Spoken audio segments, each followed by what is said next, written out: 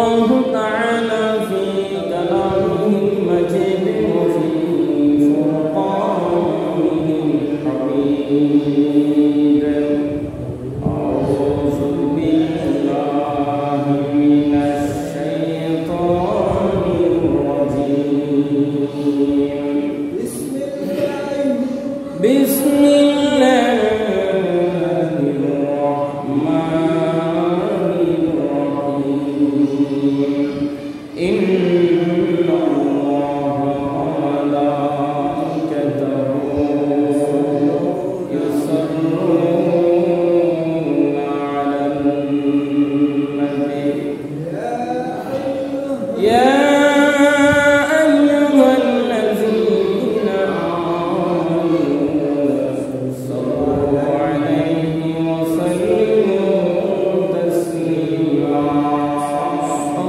اللهم صل على سيدنا مولانا محمد وعلى آل سيدنا हज़रत बेलाल अज़ान दिछो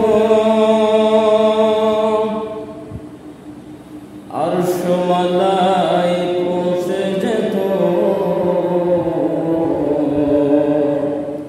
हज़रत बेलाल ना दिले आजान दुनिया आलो ना यशतो।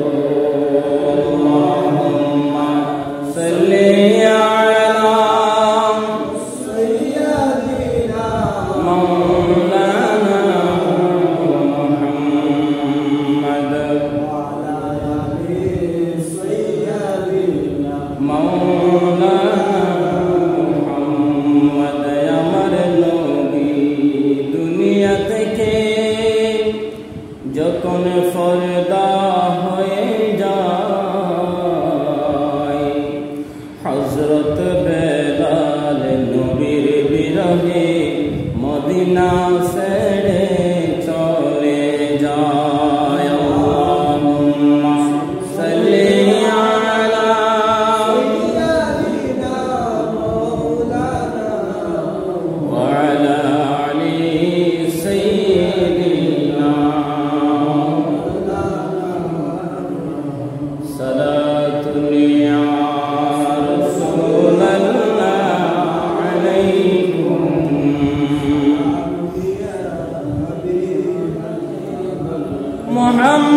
मुहम्मद मुस्तफा का बजाया खुदा नामे मुहम्मद का रिसाया। सलामुनिया सलामुनिया हबीबल्लाह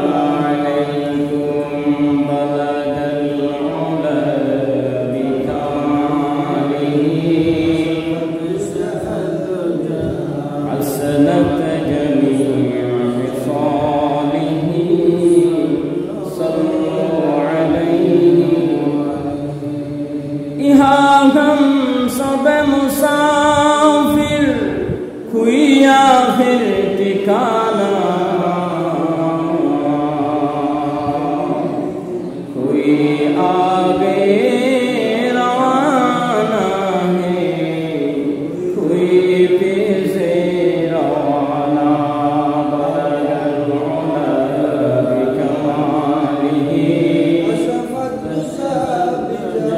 حسنت جميع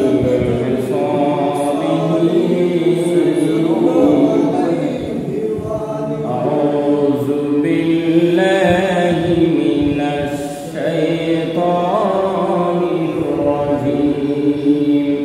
بسم الله الرحمن الرحيم. أحسب الناس أن يقولوا آمنا وهم لا يفتنون.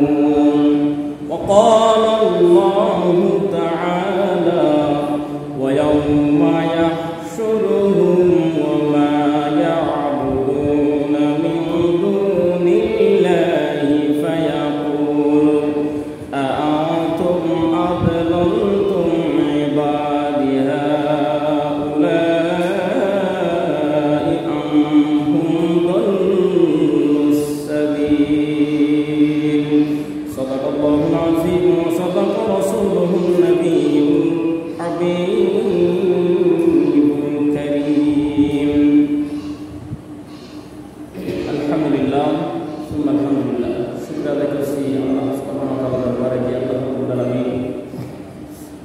আমাদেরকে ভালো রেখে সুস্থ রেখে এই মাহে মুহররম মাসের ৪র্থ জুমায় এসে বছরের আরবি মাসের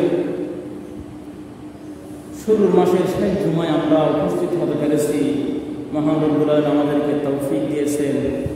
তার পৃথিবীর শ্রেষ্ঠ জায়গা সেই মহান মনিবের খানায় কাবার শাখা মসজিদে এসে আমাদেরকে বসার তৌফিক দিয়েছেন, সুযোগ করে দিয়েছেন। সে আল্লাহ রব্বুল আলামিনের আলিশান দরবারে শুকর আদায় করছি, প্রাণপণ আওয়াজ দিয়ে করছি আলহামদুলিল্লাহ।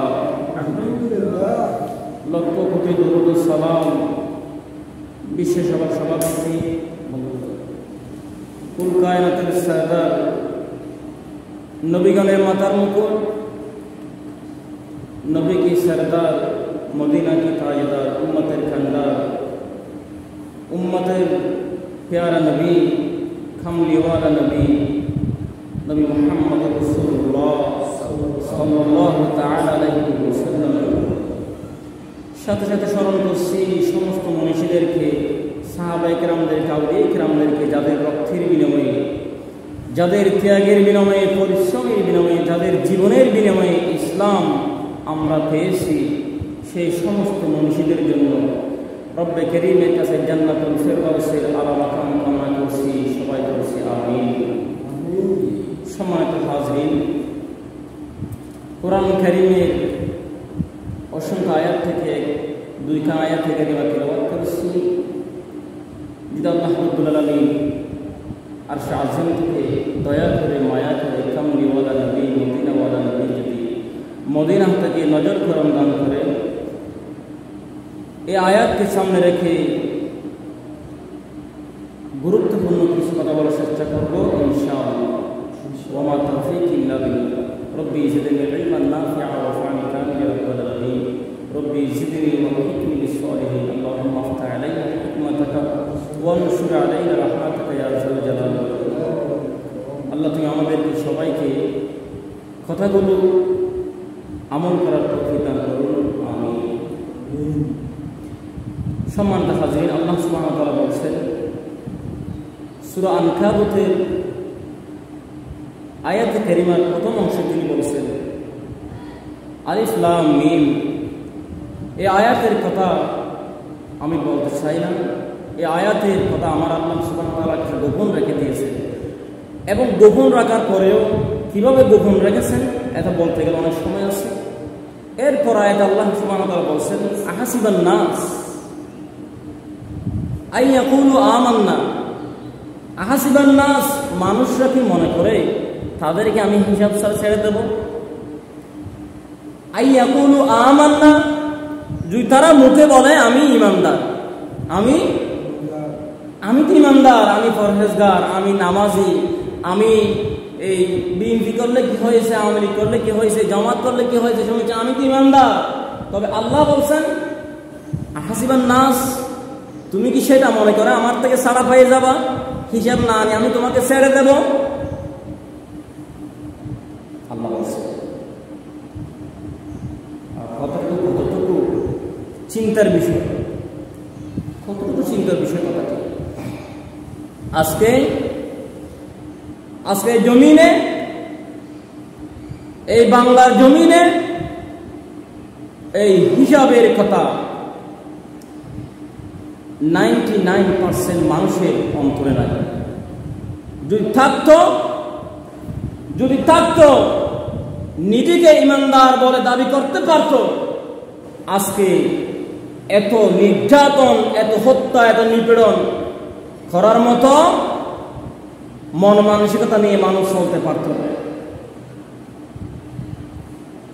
এখন এগুলো বললে অনেকে বলবে হুজুর রাজনীতি কথা কেন আপনি বলেন? এগুলো কি রাজনীতি? আর রাজনীতি মানে কি?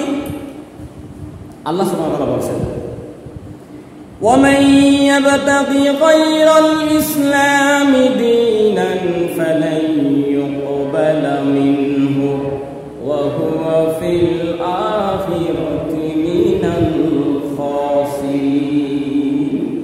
তুমি যে বলো রাজনীতি কোরআনে নাই, আয়াত থেকে তুমি আয়াতের কথা খেয়াল করো, সরল ভাবে বলবো, সরল অনুবাদে খুব সরলভাবে আমি এই কথাটি আপনাকে বুঝাতে চাই। আপনি বুঝলে বুঝবেন, মানলে আবু বকর, না মানলে আবু জাহেল। মানলে হবেন কি? আবু বকর হবেন, যিনি জান্নাতে সর্বপ্রথম, উম্মতের মধ্যে সর্বপ্রথম, সমস্ত পয়গম্বরদের মধ্যে সর্বপ্রথম যিনি জান্নাতে ঢুকবেন। আফদালুন নাস বাদাল আম্বিয়া।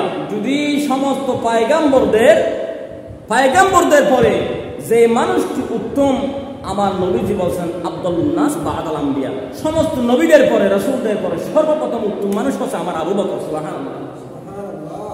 মানলে কি হবেন? যে নবীজি দুনিয়ার জমিনে আবু বকরকে সর্বোত্তম মানুষ বলে ঘোষণা দিয়েছেন, মানলে সে আবু বকর হবে। না মানলে যে আবু জাহেলকে আল্লাহ পাক সুবহানাহু ওয়া তাআলা লানত দিয়েছেন, জাহান্নামী বলেছেন, সে আবু জাহেল হবে।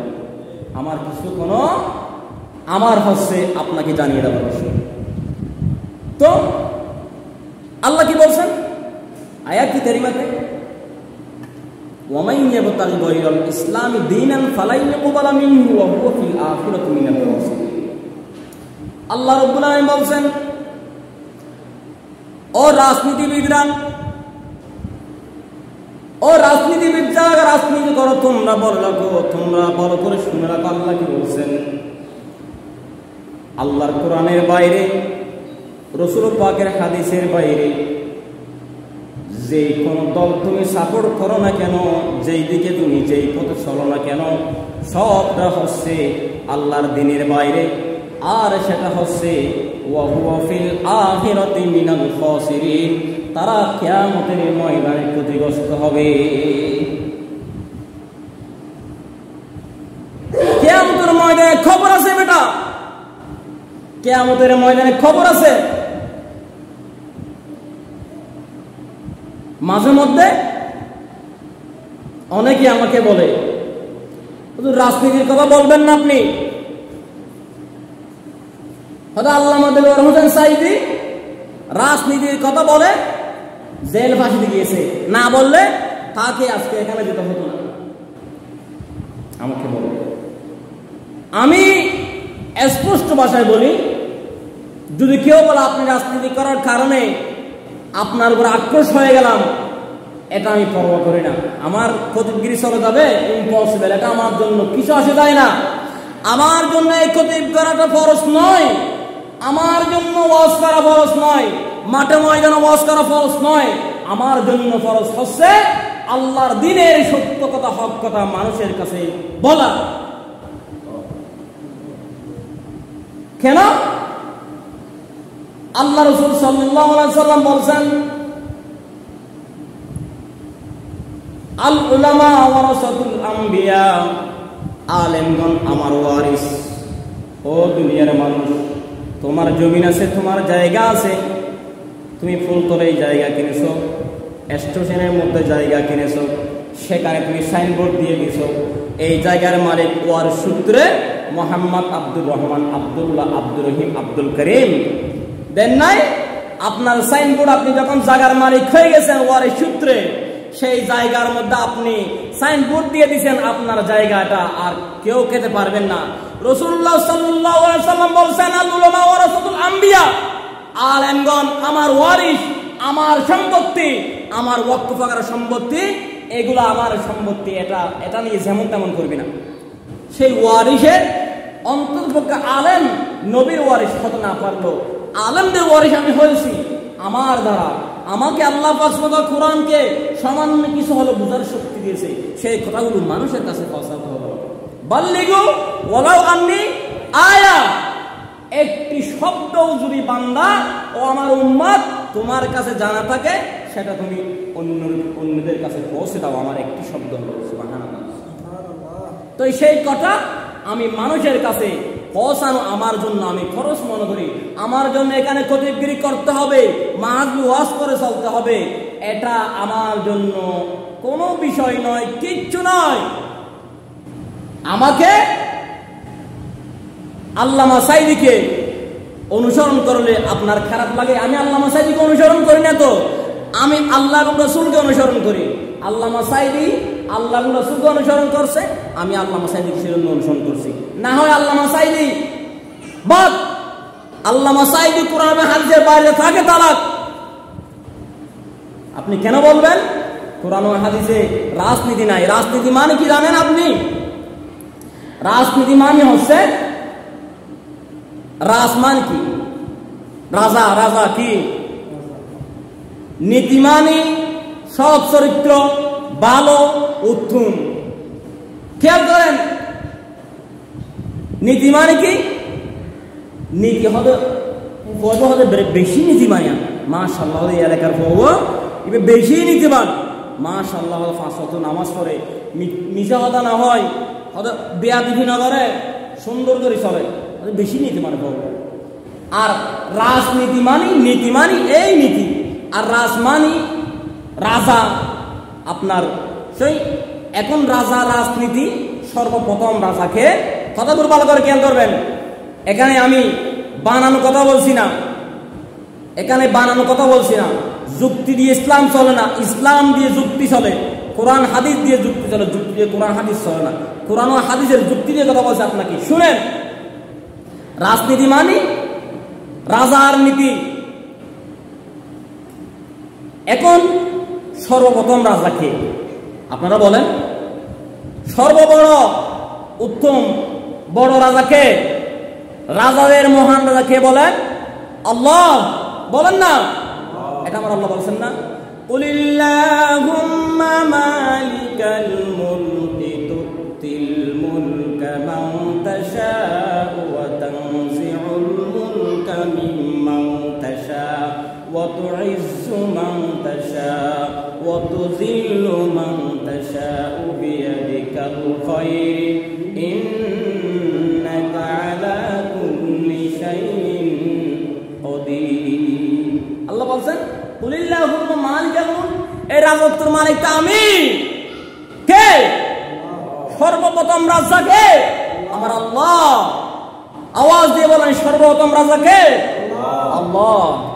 সেই সর্বপ্রথম রাজা, তার নীতি নাম হচ্ছে রাজনীতি। আল্লাহর কোরআনের আয়াতের কথা বলছে আপনাকে আমি। কোরআন ও হাদিসে এমন কোন কোরআনে একটি শব্দ নাই যেখানে রাজনীতির কথা নাই।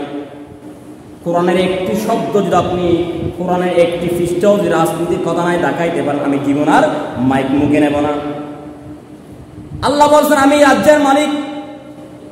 আমি কি? রাজ্যের মালিক। ইজ্জত দাতা, বেইজ্জত দাতা, সম্মান দাতা, অপমানি করার মালিক আমি আল্লাহ। এবার এখানে পয়েন্ট নেন আপনি। বর্তমান বিশ্ব প্রেসিডেন্ট কে? বলেন, বিশ্ব প্রেসিডেন্ট কে? Donald Trump. বলেন না কে? ডোনাল্ড ট্রাম্প বিশ্ব প্রেসিডেন্ট। এখন তিনি সংসদে বসে লিখে দেখি, ও রাজনীতিবিদ ভালো করে খেয়াল করার কথাগুলো তোমার জন্য অনেক প্রয়োজন। বিশ্ব প্রেসিডেন্ট ডোনাল্ড ট্রাম্প কি বলে? সংসদের মধ্যে খাতা কলমে লিখে শুরু করে, আজকে বাংলাদেশের জন্য এত কোটি হাজার টাকা বরাদ্দ, ইন্ডিয়ার জন্য এত কোটি হাজার টাকা বরাদ্দ, ফিলিস্তিনের জন্য এত কোটি হাজার টাকা বরাদ্দ। লিখে না? লিখে দেয়। তিনি বিশ্ব প্রেসিডেন্ট বিলে লেখে। আর বাংলাদেশের প্রধানমন্ত্রী যিনি আছে তিনি বসে লিখে কি, আজকে বাঁশখালীর জন্য এত টাকা বরাদ্দ, সাতকানিয়া থানার জন্য এত টাকা বরাদ্দ, চট্টগ্রাম জেলার জন্য এত টাকা বরাদ্দ। লিখে না? এই সংসদ থেকে, এই বাংলাদেশের রাজা সংসদ থেকে যেইগুলো লিখে, যত টাকা বরাদ্দ করে সেত টাকা, এত পরিমাণ টাকা ওই জেলায় ওই থানায় আসে, ঠিক না? ওই রাজায় যতটুকু বরাদ্দ করছে এতটুকু আসে, এর বাইরে আসে না। এর বাইরে আপনি পাবেন না। পাবেন? পাবেন না। যদি এর বাইরে পাইতে চান আপনার উপর আক্রমণ হতে পারে।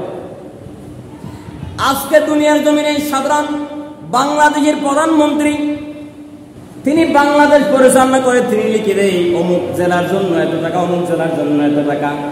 ও রাজনীতিবিদ, তোমরা যে বড় রাজনীতি কোরআনে নাই।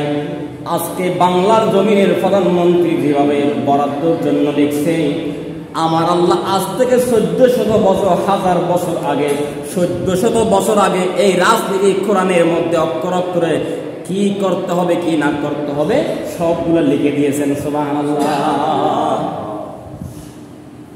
বুঝো তুমি রাজনীতি? তোমার দেশের সরকার কত টাকা তোমার জন্য বাজেট বরাদ্দ করে, এর বাইরে তুমি পাবে না।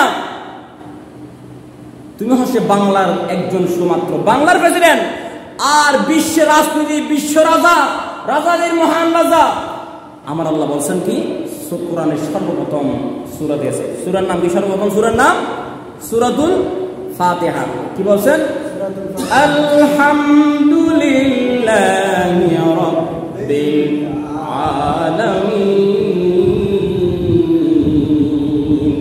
আমার আল্লাহ বলছেন, আমি আল্লাহ রাব্বুল আলামিন শুধু এই জগতের মালিক নয়। আলামিন এখানে আলম বলে নাই, আলামত এক বছর, আলামত তো পৃথিবী। আর আলামিন বলেছেন আমার আল্লাহ আয়াতের লাস্টের অংশে, আলামিন অর্থ হচ্ছে জগৎ সমূহ, বহুমাত্রিক জগতের মালিক। সাত আসমান, সাত জমিন, আরশ, কুরসি, লৌহ কালাম, অসংখ্য জগৎ রয়েছে। আল্লাহ বলছেন আলামিন, আমি সব জগতের মালিক, আমি আল্লাহ।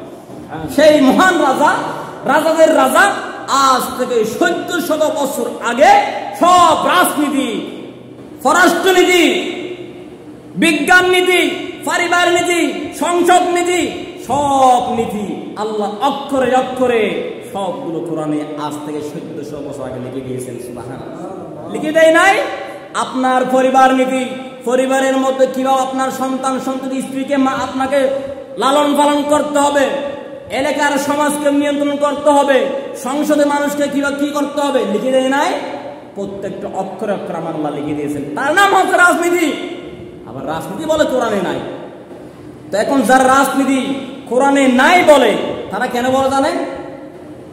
তারা হচ্ছে আইয়ামে জাহেলিয়াতের যুগে যে কাজ এখন করতে হার মানিয়ে দিচ্ছে, সেই জাহিলিয়াতি, বদমাশি, লুচ্চামি, গুন্ডামি করতে পারবে না, সেই জন্য তারা বলছে কোরআন রাজনীতি নাই। কথা ঠিক নয়? আমার কথা আপনার খারাপ লাগতে পারে, তবে এটা খেয়াল রাখবেন, আমার কথা যদি আপনার খারাপ লাগে, আপনার মনে আক্রোশ হয় আমার জন্য, আপনার মন যদি খারাপ হয় আমার প্রতি, আমাকে যদি মসজিদ থেকে, কতিগিরি থেকে বাদ দিয়ে দেওয়ার জন্য আক্রোশ হয়, আমি সরে গেলাম। তবে এটা মনে রাখবেন, হুজুর বলক না কেন, আমার এগুলো শোনার কি দরকার, আমারগুলো আমি মানবো। তবে আপনি মনে রাখবেন, সাকারাতের বিছানায়, খবরে, হাসরে, ফুলসিরাতের মিজানে তুমি যখন বলছো ইমাম সাহেব যা বলেন না কেন এগুলো আমাকে শুনতে হবে, কেন আমি শুনবো? আপনি খেয়াল রাখবেন, মনে রাখবেন, সেই দিন, কঠিন দিনে যখন রবকে ডাকবেন, রব বলবেন তোর দিকে আমার তাকানোর সময় আছে। দুনিয়ার জমিনে আমি তোকে সতর্ক করার জন্য মানুষ পাঠিয়েছিলাম, তো তোকে বলছিল, তো তুই শুনেস নাই, তুই বলছিলি আলেমরা যেমন বলক না কেন আমার শোনার টাইম নাই, দরকার নাই। আজকে আমাকে তুই ডাকবি, যা আমার থেকে, এখান থেকে ছাড়িয়ে যা, তোর কথা শোনার টাইম আমার নাই। সেই দিন বুঝবা, আসল দিন আসুক, আসল দিন আসুক, মূল দিন আসুক, বুঝবা। সময় মতিন হলে ফের পেয়ে যাবা, কত সানে, কত দানে, কত সাউল, সময় হলে বুঝতে পারবা। তো এই রাজনীতিবিদরা কেন কোরআন হাদিস রাজনীতি নাই বলে? এই যে 9 তারিখে, এই 9 তারিখে আমার একজন ভাইকে 25 কেজি, 25 কিলো একটি পাথর, 2টি পাথর তার বুকে, তার মাথায় বারংবার মারেছিল। এটা দেখে দেখে ওয়াল্লাহি চোখের পানি কয়েকবার গেছে, চোখের পানি কয়েকবার গেছে। এটা দেখা মাত্র আমার হযরত বেলাল রাদিয়াল্লাহু তাআলা আনহু ইসলাম গ্রহণের কথা মনে পড়ে গেল। আমি সোহাগ ভাইকে যে নাস্তিক, যে কুলাঙ্গাররা পাথর মেরেছে, এই চিত্র দেখি কান্না করি, হযরত বেলালের হাদিসটি মনে পড়ে যায়। হযরত বেলাল রাদিয়াল্লাহু তাআলা আনহু, তখন আমি চিন্তা করি, আরে হযরত বেলাল রাদিয়াল্লাহু তাআলা আনহু ইসলাম গ্রহণ করার কারণে তাকে পাথর চাপা দিয়েছিল বুকে। তবে সাহিত্য বলি, ওই যুগের আবু জাহেল, আবু লাহাব, কাফেররা বেলালকে পাথর মেরে নিক্ষেপ করে হত্যা করতে পারত। ওই যুগের আবু জাহেল, ওই যুগের কাফেরকে আমার যুগের কাফেররা হার মানিয়ে দিয়েছে। এক গ্লাস পানি নিয়ে একটু আল্লাহুম্মা সাল্লি আলা সাইয়্যিদিনা মাওলানা মুহাম্মদ ওয়া আলা আলি সাইয়্যিদিনা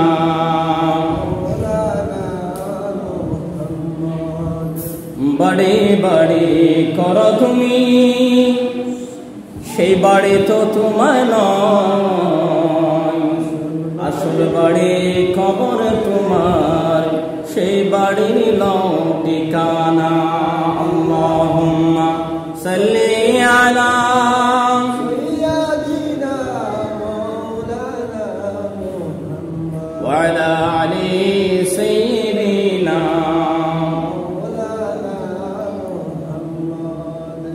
আমি বলতে চেয়েছিলাম আমার এই যুগকে এই যুগের যে নাস্তিক, যে মুরতাদ, যে বদমাশ, যারা আমার সোহাগ ভাইকে এমন নির্যাতন ভাবে পাথর মেরেছে, আমি হাদিস ও কোরআনের দিকে তাকাইলাম, জাহেলিয়াতের যুগের কাফেরদের থেকে এরা বড় কাফের। জাহেলিয়াতের যুগের যারা হযরত বেলাল ইসলাম গ্রহণ করার কারণে উমাইয়া হযরত বেলালকে ক্রয় করেছিল, ক্রয় করার পরে বেলাল রাদিয়াল্লাহু তাআলা ইসলাম গ্রহণ করে ফেলেছে। উমাইয়া জানে না, যখন জানতে পেরেছে উমাইয়াকে নির্যাতন শুরু করে দিয়েছে। তবে সাইরে উত্তপ্ত রৌদ্রের মধ্যে বুকের উপর পাথর চাপা দিয়েছে, কিন্তু সেই পাথর যদি সোহাগ ভাইয়ের মতো এই যুগের কুত্তপুরের মতো যদি, এই কুত্তাদের মতো যদি হযরত বেলালকে ওই পাথরটি চাইতো মারতে পারতো না মাথায়, বুকে, হযরত বেলাল জায়গার মধ্যে শহীদ হয়ে যেত। তারা সেই পাথর বুকে মারে নাই, মাথায় মারে নাই, শুধু বুকের উপর চাপা দিয়ে রেখেছিল। আজকে এই যুগের কাফের গুলা ওই যুগের কাফেরদের থেকে অনেক বেশি ছড়াই গেছে, শক্তিশালী, ওদেরকে হার মানিয়ে দিয়েছে। হযরত বেলাল রাদিয়াল্লাহু তাআলা আনহু দিকে যখন গেছি, সেদিকে একটু যাই, হযরত বেলাল রাদিয়াল্লাহু তাআলা আনহু এবং হযরত আমির হামজা রাদিয়াল্লাহু তাআলা আনহু, অসংখ্য সাহাবীগণ ইসলামের জন্য তাদের রক্ত দিয়েছে, জিহ্বা দিয়েছে, মাথা দিয়েছে, ইসলাম আমাদের মাঝে সঠিকটা পৌঁছে দেওয়ার জন্য। আজকে সেই ইসলামকে পেয়ে বলো তুমি ইসলামের মধ্যে, কোরআনের মধ্যে রাজনীতি নাই, কোরআনের মধ্যে রাজনীতির কোরআন হাদিসের মধ্যে নাই। আজকে তুমি সেই ইসলামের পক্ষে থাকো না, আজকে তুমি সেই ইসলামের বিরুদ্ধে কথা বলো, সেই ইসলামিক দলের বিরুদ্ধে তুমি কথা বলো। যে ইসলামকে পৌঁছে দেওয়ার জন্য হযরত বেলাল রাদিয়াল্লাহু তাআলা জিহ্বার মধ্যে ফেরাক ঢুকিয়ে দিয়েছে উমাইয়া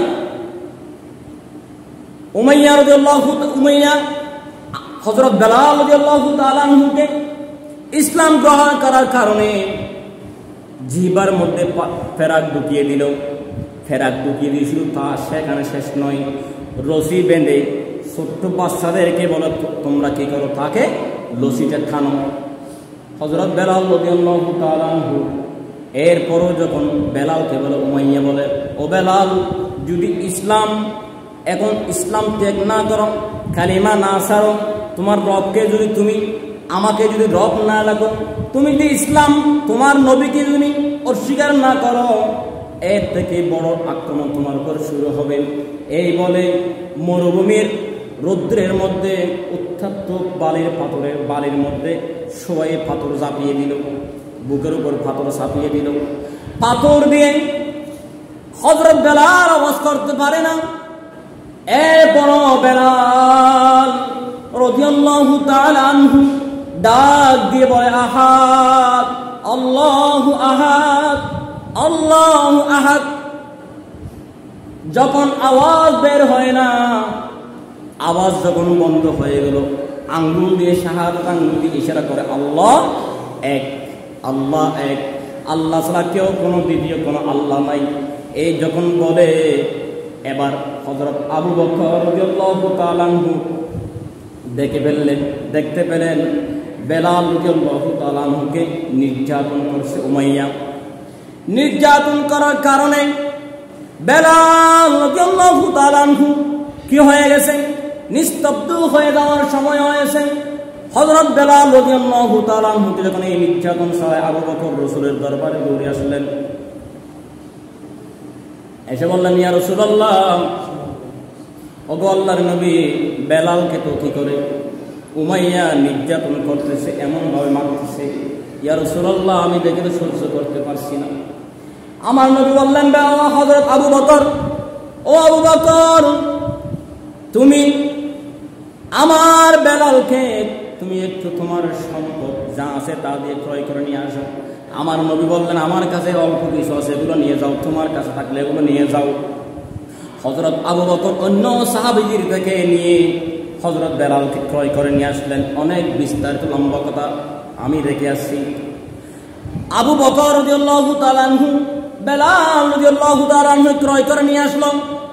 নিয়ে আসার পরে বেলাল রাদিয়াল্লাহু তাআলা আনহু আমার নবীজি মসজিদের মুয়াজ্জিন হিসেবে নিয়োগ করে দিলেন। কেমন ভালোবাসতেন আমার নবীকে হযরত বেলাল। আসার পরে বেলাল রাদিয়াল্লাহু তাআলা আনহু মসজিদের মুয়াজ্জিনের দায়িত্ব পালন করে। মসজিদ নববীতে আমার নবীজি ইমাম। মসজিদ নববী তখন কি আমার নবীজি ইমাম, হযরত বেলাল মুয়াজ্জিন। সুবহানাল্লাহ, কেমন যুগ! সেই যুগে যদি থাকতাম। হযরত বেলাল রাদিয়াল্লাহু তাআলা আনহু মুয়াজ্জিনি করে আমার নবীজি ইমামতির দায়িত্ব পালন করেন। এক সময় যখন নবীজিকে আমার আল্লাহর পক্ষ থেকে যাওয়ার জন্য অর্ডার এসে গেল, নবীজি দুনিয়া থেকে বিদায় হয়ে গেল, আবু বকরের ইমামতি সবাই নামাজ আদায় করে, সাহাবীরা কান্না করে, আহারে আজ থেকে তো নবীজির পিছনে আর নামাজ পড়তে পারবো না, নবীজিকে আমরা জীবনের শেষবারের মতো হারিয়ে ফেললাম, সবাই কান্না করে। কিন্তু বেলাল, হযরত বেলাল রাদিয়াল্লাহু তাআলা আনহু নামাজ শেষে আবু বকরকে বলে, আবু বকর দাও আমাকে বিদায় দাও, আমি এই মদিনায় আর থাকতে পারবো না, থাকবো না, দাও আমাকে বিদায় দাও, আমি এই মদিনা ছেড়ে চলে যাব। বললেন আবু বকর বললেন, ও বেলাল, তুমি মনে হয় আমার নবীজি যখন ছিল তুমি আমার নবীর থেকে তুমি টাকা নিয়ে নিয়ে খরচ করতে পারতা, সেই আজকে আমার নবীজি নাই, তুমি হয়তো আমার নবী থেকে তুমি টাকা নিতে পারছো না, সেই জন্য তুমি আজকে মনে হয় মদিনা ছেড়ে চলে যাচ্ছ। উমর বলেন, ও বেলাল, তোমাকে আমি রাষ্ট্রের দায়িত্ব আছি হিসাবে তোমাকে আমি কি করব, বাইতুল মাল থেকে তোমার জন্য মসজিদের নববীর মুয়াজ্জিন হিসেবে বেতন নির্ধারণ কর, তুমি যেও না, তুমি আযান দাও। সবাই এরকম বলে। বেলাল বলে, না না, আমি থাকতে পারবো না, একাই আমি থাকবো না। ও আবু বকর শুনো, আমি টাকার জন্য তাকি নেই নয়। ও আবু বকর, আমি কেন তাকি না একটা তুমি জানো না, আমি আমার নবীজি চলে গেছে, আমার এখানে আর থাকতে আমি পারছি না, বরদাস্ত হই না। আবু বকর ডাক দিয়ে বলেন, ও বেলাল, তুমি কি শুধু আমার নবীকে ভালোবাসো, আমরা কি ভালোবাসি না? আমার নবী তো চলে গেছে, কিন্তু আমরা কি নবীকে ভালোবাসি না, শুধু তুমি ভালোবাসো নাকি বেলাল? ওমর বলেন, ও বেলাল, আমরা কি নবীকে ভালোবাসি না? ও বেলাল, আমার নবীকে আমি এমন ভালোবাসি, হিজরতের রাতে আমি গর্তের মধ্যে বিষাক্ত সাপ আমাকে কামড় দিয়েছে, আমি তবু রাসূলের ঘুম ভাঙি নাই। আমার জীবন যদিও চলে যায়, আমার নবীর ঘুম আমি ভাঙতাম না। আমি তোমার থেকে কম ভালোবাসি নাকি বেলাল? বেলাল বাদ দিয়ে বলেন, ও খলিফাতুল মুসলিমিন, ও আবু বকর, তোমরা শোনো, তোমরা নবীজির রওজার পাশে গেলে, তোমরা নবীজির রওজার কিনারে গেলে সহ্য করতে পারো, জিয়ারত করে তোমরা সামনে দাঁড়াইতে পারো। ও আবু বকর, কিন্তু নবীজির রওজা দেখলে আমি বেলালের মন মানে না, আমি সহ্য করতে পারি না রে, আমি এখানে আর থাকবো না, আমি চলে যাব। না রে বেলাল, তুমি যে আযান খেয়ে দিবে। বেলাল ডাক দিয়ে বলে, খলিফাতুল মুসলিমিন ওমর, যদি আজকে আমি মসজিদ নববীতে আযান দিই, আমার নবী কি আসবে? আমি যখন আযান দিতাম, আমার নবী এসে নামাজ পড়তো। আমি যখন আযান দিয়ে মসজিদ নববীর বারান্দায় গিয়ে বাইরে তাকাইতাম, আমার নবী আসলে আমি আমার নবীর দিকে তাকাইতাম। মসজিদে ঢুকলে আমি নবীদের জুতা মোবারক নিয়ে বুকে লাগাই আমি ভিতরে ঢুকাইতাম। আজকে আযান দিলে কি আমার নবী আসবে? আমি এমন আযান দেব না যে আযান দিলে আমার নবী আসবে, আমি আযান দিতে পারবো না, আমি এই মদিনায় থাকতে চাই না। কোনোভাবে মানাইতে পারে নাই। গভীর রাতে বেলাল মদিনা থেকে মদিনা ছেড়ে চলে গেল, নবীজির বিরহে দামেস্কের জমিনে চলে গেল। 1 মাস, 2 মাস, 3 মাস, 4 মাস, 5 মাস হয়ে গেল। 5 মাস পরে নবীজি বলেন, বেলাল রে, আজকে কতদিন হল তোমার আজান শুনি না। কয় মাস? নবীজি ইন্তেকাল করেছে কয় মাস? 5 মাস। বেলাল চলে গেছে, আর মদিনায় থাকে না। আমি মদিনায় থাকতে চাই না, আমি থাকবো না, আমি সহ্য করতে পারছি না। নবীর রোজা দেখলে আমার কলিজা ফেটে আমি মারা যাব। নবীজির বিরহে বেলাল চলে গেল। 5 মাস হয়ে গেল। নবীজি বেলালকে স্বপ্নের মধ্যে বলে, বেলাল, ও বেলাল, তোমার কি মনে চায় না আমি নবীকে একবার আজান শুনাইতে? আজকে কত মাস হয়ে গেল, কতদিন হয়ে গেল তুমি বেলাল আজান শুনি না। তুমি বেলাল কেমনে পারো আমাকে ছেড়ে থাকতে? স্বপ্নে যখন ভেঙে গেল, বেলাল স্বপ্ন থেকে জায়গার পরে দূরে দূরে চলে আসলো। মদিনায় যখন চলে আসলো, মদিনার ছোট্ট শিশুরা, বৃদ্ধ সবাই পাগল হয়ে গেল। মনে হয় আজকে নবী বুঝে আমার মদিনার জমিনে চলে আসছে। বেলাল নবীজির মুয়াজ্জিন। নবীজি যাওয়ার পরে বেলালকে তার আমরা দেখি না, কোথায় চলে গেছে, নাকি মৃত্যু হয়ে গেছে আমরা জানি না। শুধু আমাদেরকে বলেছিল চলে যাবে, কিন্তু এই কথা বলার ফলে বেলাল আমরা দেখি নাই। আজকে যখন দেখি নবীজির মুয়াজ্জিন বেলাল আসছে, আজকে বুঝি হয়তো নবীজি আসছে। ছোট্ট বাচ্চারা বলে, মা বেলাল আসছে, আমাকে আমরা বেলালকে দেখতে যাবো, সুন্দর কাপড় পরিয়ে দাও, নবীজিকে দেখতে যাবো। এই কথা যখন বললাম, এইদিকে সালমান ফারসি রাদিয়াল্লাহু তাআলা আনহু সব সাহাবী নবীজির মুয়াজ্জিন বেলালকে দেখে বলে, বেলাল অনেকদিন পর আসছো, তুমি দাও আজান দাও, তোমার আজান শুনতেছে অনেকদিন পরে। বেলাল যতক্ষণ আজান না দিত ততক্ষণ দুনিয়ার জমিনে ফজর হতো না। সুবহানাল্লাহ। যতক্ষণ হযরত বেলাল আজান না দিবেন এতক্ষণ আল্লাহ সূর্য দুনিয়ার জমিনে উঠে না, সূর্যের আলো দুনিয়ার জমিনে পড়ে না। সেই বেলাল যখন চলে আসছে, সবাই খুশি হয়ে গেছে। সবাই বলে, বেলাল একটি আজান দাও তুমি আজকে। হযরত বেলাল কারো কথা আজান দেয় না। না না, আমি আজান দিলে নবী নামাজ পড়াইতে আসতো, আজকে আজান দিলে কি আমার নবী ইমামতি করতে আসবে? আমি সেই আজান দেব না যে আজান দিলে আমার নবী আমার আজানের পরে ইমামতি করবে না। আমি বেলাল সেই আজান দিতে পারবো না। অনেক সাহাবী, বয়োবৃদ্ধ সাহাবীরা বেলালকে অনুরোধ করলো, আজান দেয় না। সালমান ফারসি রাদিয়াল্লাহু তাআলা আনহু বললেন, তোমরা আর অনুরোধ করে বেলালকে আজান দিতে পারবে না, একটা কাজ করতে পারো, নবীজির কলিজার টুকরা নাতি ইমাম হাসান আর হুসাইন যদি সুপারিশ করে, একমাত্র তাদের কথায় বেলাল কি করবে? আজান দিবে। এবার সবাই ইমাম হাসান আর হুসাইনকে নিয়ে আসলো। ইমাম হুসাইন বলেন, ও নানা জানের মুয়াজ্জিন বেলাল, তুমি আজকে অনেকদিন পর চলে গেছো, তোমার কি মনে চাই না আমাদের একটু আজান শোনাইতে? দাও না, একটা আজান দাও, তোমার আজান শুনে আমরা একটু কলিজা জোড়াই। নবীজির মুয়াজ্জিন হিসাবে তোমার আজান দিয়ে আর সমাল্লায় পৌঁছে যেত। যতক্ষণ তোমার আজান না যায় আল্লাহ পাক রব্বুল আলামিন সূর্য তুলতো না রে বেলাল, আজকে সেই একটা আজান দাও না, আমরা একটু শুনি। হাসানকে দেখার পরে হুসাইনকে দেখার পরে বেলাল খেলে দিল, কারণ পৃথিবীর জমিনে একমাত্র হুসাইন ছিল, হাসান ছিল আমার নবীজির একটু সামান্য ছোট। হুসাইনকে দেখলে আমার নবীজি, হাসানকে দেখলে বলে, আমার হাসানকে দেখো তোমরা, আমাকে দেখতে চাইলে আমার হাসানকে তোমরা দেখো। ও হাসান, আসো একটু বুকে আসো, নবীকে দেখার সাথে একটু মিটাই।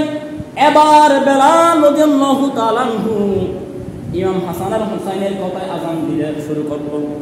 আজান দিও, আল্লাহু আকবার, এক শব্দ আল্লাহু আকবার বলল। মদিনার সমস্ত নারীরা পাগল হয়ে গেল। বেলাল আজান দিচ্ছে বেলাল, মনে হয় বুঝি নবী মদিনার জমিন আবার ফিরে আসছে গো, আমরা সবাই বেরিয়ে যাবো। সবাই বের হয়ে গেল। আশহাদু আল্লা ইলাহা ইল্লাল্লাহ যখন বলল বেলাল, মদিনার ছোট্ট শিশুরা পাগল হয়ে গেল। আজকে বুঝি মনে হয় নবী আসছে। বেলাল আজান দিছে।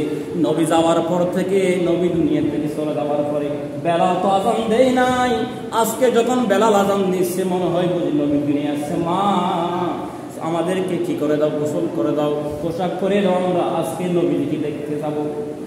আশহাদু আল্লা ইলাহা ইল্লাল্লাহর পরে যখন আশহাদু আন্না মুহাম্মদ রাসূলুল্লাহ, সেই ডাক যখন বেলাল এক শব্দ দিল, বেলালের আওয়াজ নাই আর, মাটিতে বেলাল বেহুশ হয়ে পড়ে গেল, কোনো কথা নাই। আপনারা দেখবেন এখনো অনেকেই টিভির মধ্যে, মোবাইলের মধ্যে আসে বেলালের সেই আকৃতি, মানুষ এখন বের করছে। হাবশি বেলাল, আফ্রিকা ইথিওপিয়ার জমিনে সেই বেলাল, যে বেলালের সাথে নবীর সাথে ছিল না কোনো রক্তের সম্পর্ক, ছিল না কোনো বন্ধন, ছিল না কোনো আত্মীয়, কিন্তু কি এমন বেলালের ভিতরে ছিল, যে বেলালের নাক ছিল থাবড়া। এমন কালো মানুষ পৃথিবীতে আর নাই বেলালের চাইতে। এমন কালো মানুষ হয় কিন্তু শরীরটা কালো, ভিতরে সবচাইতে উপরে সবচাইতে কালো, ভিতরে সবচাইতে ভালো। আমার নবীর বেলাল, তুমি কি আমল করছো আমাকে বলো তো ইয়া রাসূলুল্লাহ, কি আমল? কেন? ও বেলাল, আমি যখন মেরাজে গেলাম, মেরাজ শরীফে যখন আমি সিদরাতুল মুনতাহা পাড়ি দিয়ে আল্লাহর সাথে দেখা করতে গেলাম, তুমি বেলাল যে হরণ দুনিয়ার জমিনে করছো, সেই হরণের আওয়াজ আমি আল্লাহর জান্নাতে তোমার পায়ের হরণের আওয়াজ শুনতে পেলাম। সুবহানাল্লাহ। বেলাল, তুমি কি আমল করছো? বেলাল বলেন, ইয়া রাসূলুল্লাহ, আমি বেশি আমল করি না। যখন ওযু করি আমি 2 রাকাত ওযুর নামাজ পড়ি, আর যখন আমি ওযু ভেঙে যায় আমি ওযু করিনি। ইয়া রাসূলুল্লাহ, এটাই হচ্ছে আমার আমল, এর সাথে বেশি কোনো আমল আমার নাই। যখন এই ওযু করি আমি ওযুর 2 রাকাত তাহিয়াতুল ওযুর নামাজ পড়ে নেই, আর যখন ওযু থাকে না ভেঙে যায় সাথে সাথে ওযু করে নেই। আমার নবী বলছেন, বেলাল রে, তোমার সেই আমলেই হয়তো আল্লাহ রাব্বুল আলামিন তোমাকে জান্নাতের মধ্যে পৌঁছে দিয়েছে, যার কারণে আমি জান্নাতে আল্লাহর সাথে দেখা করতে গিয়ে জান্নাতের মধ্যে তোমার পায়ের হরণের আওয়াজ পেয়েছি। সুবহানাল্লাহ। স্পষ্ট হাদিস আছে, আমার নবীজি বেলালের পায়ের হরণের আওয়াজ জান্নাতে পেয়েছে, স্পষ্ট হাদিস দ্বারা প্রমাণিত হয়েছে। সেই বেলাল আযান দিতে গিয়ে আশহাদু আন্না মুহাম্মাদুর রাসূলুল্লাহ, সেই মুহাম্মদ রাসূলুল্লাহ বলতে এক শব্দ বলেছে। বেলাল দুনিয়ার জমিনে থেকে আর নবীজির নাম আর নিতে পারে নাই। নবীজির প্রেমে, আহারে নবীজি নাই, নবীজি আশহাদু আন্না মুহাম্মদ রাসূলুল্লাহ, এটার অর্থ হচ্ছে আমি সাক্ষী দিচ্ছি আল্লাহ রাসূল সাল্লাল্লাহু আলাইহি ওয়াসাল্লাম কি সাক্ষী দিচ্ছি মুহাম্মদ আল্লাহ রাসূল। আমি সাক্ষ্য দিচ্ছি কি মুহাম্মদ আল্লাহ রাসূল, আমার নবীজি। এখন আমার নবীজি তো নাই, আমি সাক্ষী দিচ্ছি। এই বাক্য বলতেই হযরত বেলাল বেহুশ হয়ে পড়ে গেল। ও দুনিয়ার মানুষ, আমার নবীজির প্রেম কিভাবে বেলালের ভিতরে ছিল। এই বেলাল রাদিয়াল্লাহু তাআলা আনহু, আমির হামজা রাদিয়াল্লাহু তাআলা আনহু, যে সাহাবীরা রক্ত দিয়ে জিহ্বার মধ্যে পেরাক ঢুকিয়ে পাথরের সাবা বুকের উপর রাখিয়ে ইসলামকে তোমাদের মাঝে পৌঁছিয়ে আজকে তোমরা সেই ইসলামের বিরুদ্ধে কথা বলো তোমরা ইসলামী দল যেগুলো বলে এগুলো কোরআন নিয়ে ব্যবসা করে। আজকে কোরআনে কথা বলে আলেমরা কি করে? ব্যবসা করে। রাজনীতি কোরআনে নাই, আলেমরা কোরআন নিয়ে ব্যবসা করে। বলেন না নাউজুবিল্লাহ। আমি আপনাদেরকে বলছি, যদি কেউ বলে থাকেন কোরআনের রাজনীতি নাই, আপনি কোরআন স্বীকার করছেন, ঠিক না? কেউ যদি বলে কোরআন রাজনীতি নাই, তাহলে আপনি কোরআন স্বীকার করলেন। কোরআন স্বীকার করলেন, আল্লাহকে স্বীকার করলেন। আল্লাহকে স্বীকার করলেন, আপনি কাফের হলেন, কুফরি হয়ে আপনার মৃত্যু হবে। এই কাজ করবেন না, কখনো বলবেন না কোরআন রাজনীতি নাই, কখনো বলবেন না আপনি আলেমরা কোরআন নিয়ে ধর্ম ব্যবসা করে। আপনি যে দল করেন না কেন, আপনার দল নিয়ে আপনি ইমানদার বলতে পারেন, কিন্তু আল্লাহ বলছেন কি? প্রথমেই বলেছিলাম, ওয়ামাই ইয়াবতাগি গায়রাল ইসলামি দীনান ফালান ইউকবালা মিনহু। গায়রাল ইসলামি দীনান, গায়রাল, তুমি যে দল পছন্দ করো না কেন, দিন ইসলামের বাইরে সবগুলো, কোরআনের বাইরে হাবিজাবি সাকানাতা, যেটা কোরআন আছে সেটা হচ্ছে আল্লাহর কথা। তুমি বলতে আসো কোরআনের রাজনীতি করবে না। কোরআনের কথা, সত্য কথা যারা যুগ যুগ ধরে বলেছে, প্রত্যেকের নির্যাতিত হয়েছে। এটা আমাদের জন্য কিছু আসে যায় না। কেন আসে যায় না জানেন? আল্লাহ বলছেন, ইন্নাল্লাহা আশতারা মিনাল মুমিনিনা আনফুসাহুম ওয়া আমওয়ালাহুম বিআন্না লাহুমুল জান্নাহ। সেটা আমাদের জন্য কেন আসে যায় না জানেন? আল্লাহ বলছেন, ইন্নাল্লাহা আশতারা, আমি আল্লাহ ক্রয় করে নিয়েছি মুমিনদের জানমাল, তাদের জানমাল আমি আল্লাহ কিনে ফেলেছি, জান্নাত দিব তাদের সাথে ওয়াদা করে, জান্নাতের বিনিময়ে তাদের জানমাল আমি ক্রয় করে ফেলেছি। সুবহানাল্লাহ। বুঝছেন? এখন এটার যুক্তি আপনাকে বোঝাও সুসাধারণ বলে গেলে কি হবে? বাজারে আপনি তরকারি কিনতে গেলেন, দোকানে চাউল কিনতে গেলেন, আপনি যখন এক বস্তা চাউল নিয়েছেন বা 1 কেজি মাছ নিয়েছেন, 500 টাকা দিয়েছেন। আচ্ছা, 500 টাকা দেওয়ার পরে যেই মাল আপনি নিয়ে ফেলেছেন, টাকা দিয়ে ফেলেছেন, আপনি সদরকে টাকা দিয়েছেন, মাল নিয়ে ফেলেছেন। আচ্ছা, সদরকে আপনার সেই মালের অগ্রাধিকার করতে পারবে? এটা কোরআনের তাফসীরের কথা বলছি, এটা আমার বানানো কথা বলছি না। যে মাল আপনি ক্রয় করছেন সেই মাল আর আপনাকে সদরে দাবি করতে পারবেন? কেন পারবে না? কেন পারবে না? আপনার টাকা দিয়ে মাল কিনে নিয়েছেন সেজন্য। আল্লাহ বলছেন আমি মুমিনদের, ঈমানদারদের, যারা মুমিন মুত্তাকি, ইত্তাকুল্লাহ, আমি আল্লাহকে ভয় করে, পরহেজগার, মুত্তাকি বলে পরিচয় দিতে চাই, আমি আল্লাহ তাদের জানমাল জান্নাতের বিনিময়ে ক্রয় করে নিয়েছি। আর সেই জান্নাত কেমন জানেন? আল্লাহ বলছেন জান্নাত হচ্ছে এমন এক নিয়ামত,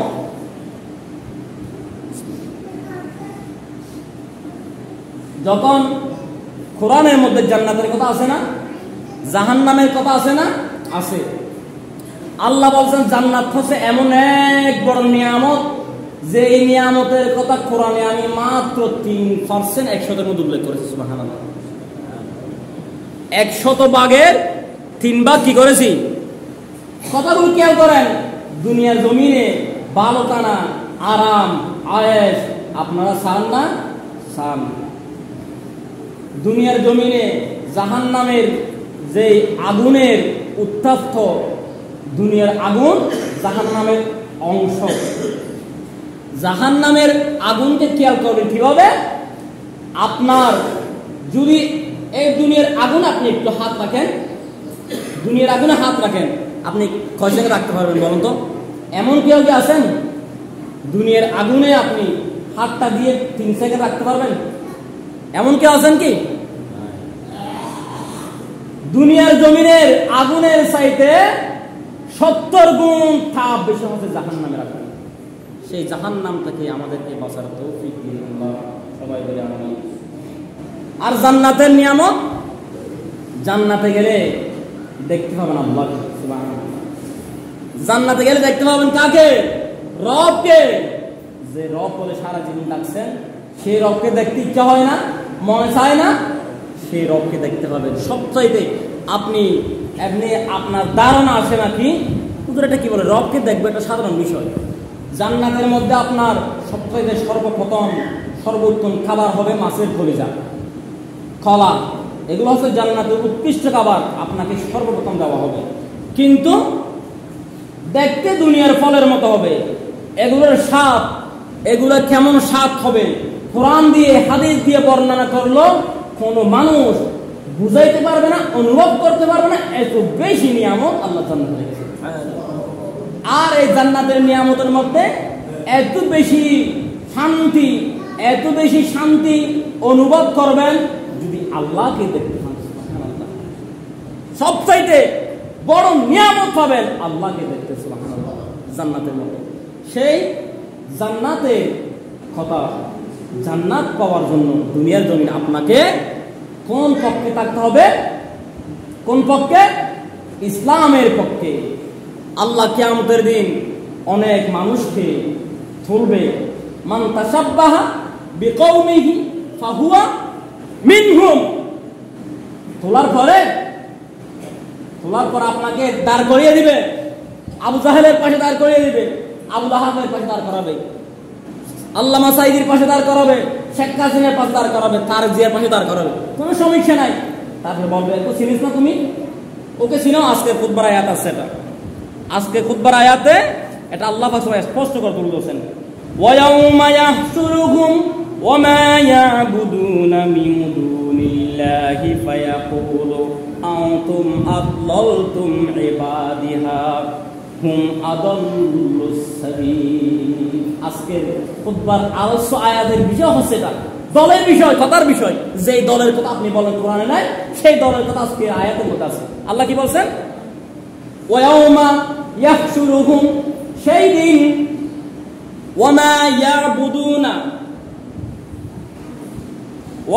ইয়াবুদুনা মিন দুনিল্লাহ তোমাকে বলবে তুমি যাকে রব বলে যাকে নেতা বলে স্বীকার করেছো ওকে তুমি শুনো কিনা দেখো যাকে তুমি নেতা বলেছো তোমাকে ডেকেছে কর্মীদেরকে বলবো আল্লাহ ডাক দিয়ে তুমি ওকে নেতা বলেছিলা তুমি সাইদিকে নেতা মানছিলা তিনি তোমাদেরকে ভালো পথ দেখিয়েছে নাকি শুধু তিনি একাই ভালো পথ অনুসরণ করেছে আর তুমি নাকি তিনি খারাপ পথে চলিয়েছেন তোমাদেরকে খারাপ পথ দেখিয়েছে আল্লাহ ডাক দিবে আর সেই দিন যদি আপনার নেতা কোনোদিন আপনাকে ইসলামের কথা না বলে কোনোদিন নবীজির কথা না বলে কোনোদিন সত্য কথা ভালো কথা মা বাবার হিকমতের কথা দিন ইসলামের কথা কোরআনের কথা না বলে তখন কর্মীরা বলবে আয় আল্লাহ আজকে দুনিয়ার জমিনে আমি এই নেতার পিছনে ঘুরেছি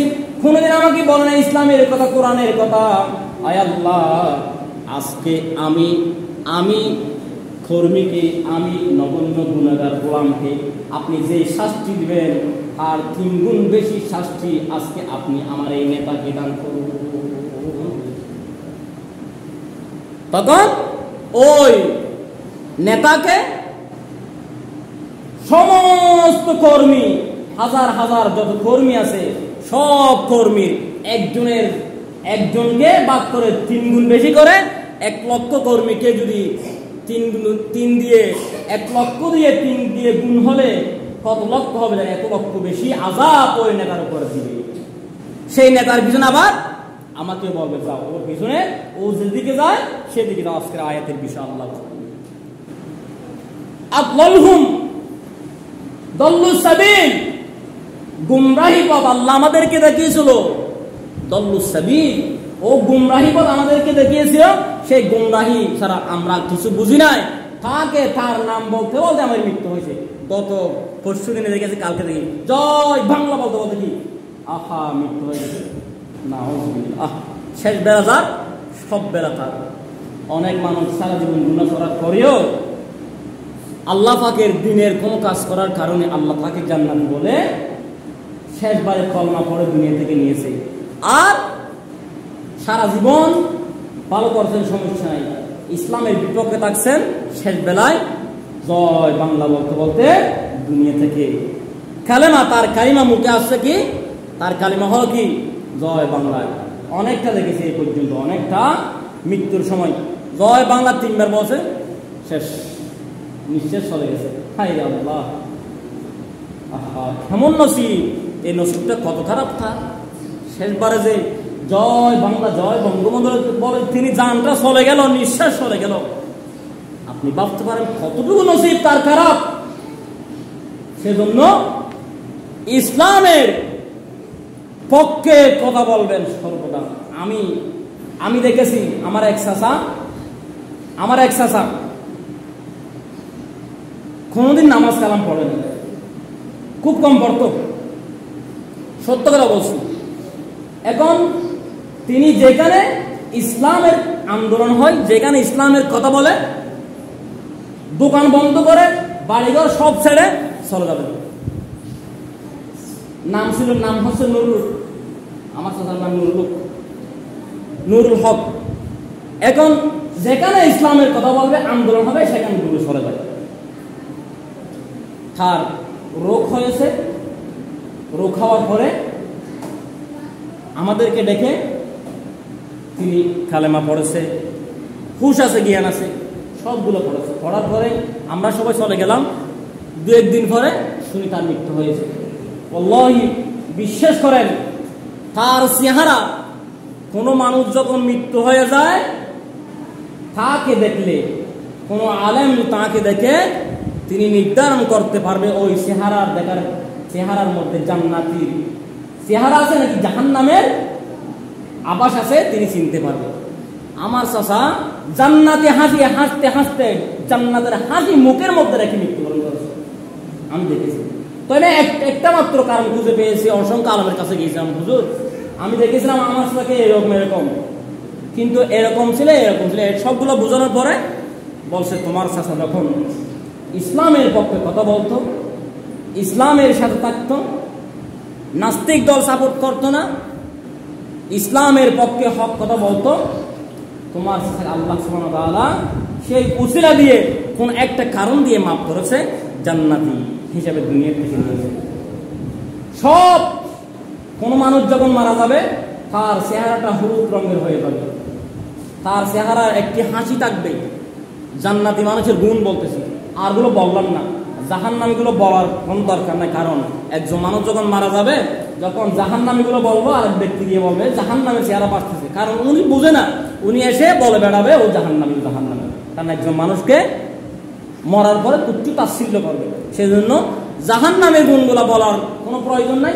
জান্নাতের গুণটাকে দুটো বললাম। এক নম্বর দেখবেন মানুষ যখন মৃত্যু হয়ে গেছে তার মুখে দেখবেন আপনি হলুদ বর্ণের রঙের হয়ে গেছে তার মুখটা, জান্নাতে হাসি হাসি। আল্লাহ পাক আমাদেরকে জান্নাতি হিসাবে আল্লাহকে ডেকে নবীকে ভালোবেসে ইসলামের পথে থেকে হক কথা বলে, ইসলামিক কথা বলে, পক্ষে থেকে ইসলামের পক্ষে থেকে কোরআনের পক্ষে থেকে আল্লাহকে ডেকে নবীকে ভালোবেসে আউলিয়া কেরামের পতাকার তলে থেকে মা বাবার হিকমত ধরে মানব সেবা করে মহান রব্বুল আরশে মাকাম পর্যন্ত পৌঁছার তৌফিক দান করুন, আমিন। ওয়া মা আলাইনা ইল্লাল বালাগ। আসসালামু আলাইকুম ওয়া রাহমাতুল্লাহ। যারা সুন্নাত পড়েন নাই সুন্নাত পড়েন।